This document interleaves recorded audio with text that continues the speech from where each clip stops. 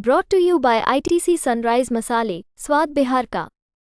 बिहार में विधानसभा चुनाव में फिलहाल 1 वर्ष से लगभग ज्यादा का वक्त बचा है, लेकिन तमाम पार्टियां इसकी तैयारियों में जुटी हुई है। एक और तेजस्वी यादव की आभार यात्रा का पार्ट 1 हो चुका है। उपेंद्र कुशवाहा अपनी यात्रा शुरू करने वाले हैं। नीतीश कुमार आए दिन विकास की योजनाओं की समीक्षा करते हुए अलग अलग शहरों में आपको दिख जाएंगे। वहीं अब वीआईपी पार्टी ने भी अपनी तैयारी शुरू कर दी है। नमस्कार, प्रणाम, बिहार तक देख रहे हैं आप। मैं हूं आपके साथ इंद्र मोहन। मुकेश सहनी की पार्टी वीआईपी भी अब पूरी तरीके से विधानसभा चुनाव में खुद को झोंकने के लिए उतर गई है।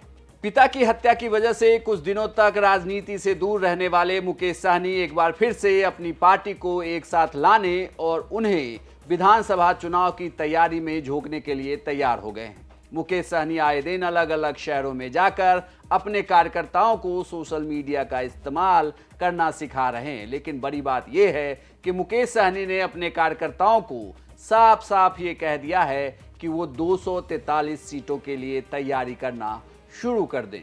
वीआईपी अपने उम्मीदवार को लेके आएगी।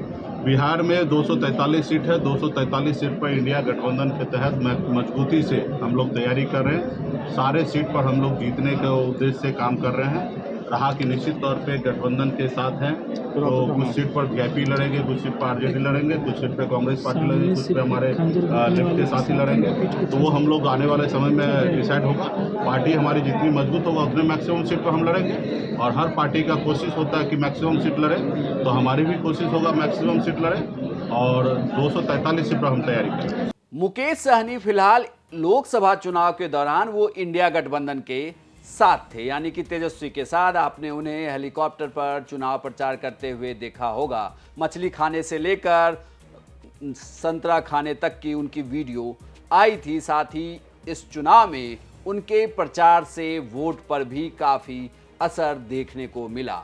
निषादों के नेता के तौर पर मुकेश सहनी की अपनी एक पहचान है। सन ऑफ मल्लाह कहे जाते हैं। लेकिन अब विधानसभा चुनाव को लेकर चर्चा है कि एक बार फिर से वो एनडीए में लौट सकते हैं।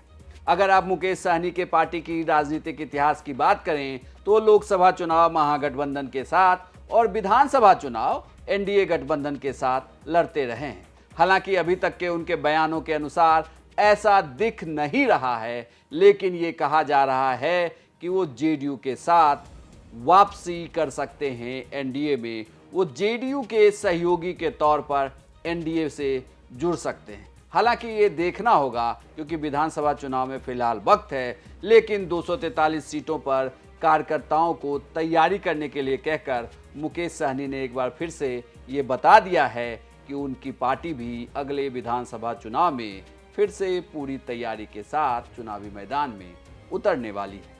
आपको यह जानकारी कैसे लगी हमें कमेंट बॉक्स में लिखकर जरूर बताइएगा और बिहार की तमाम खबरों के लिए देखते रहिए सिर्फ बिहार तक।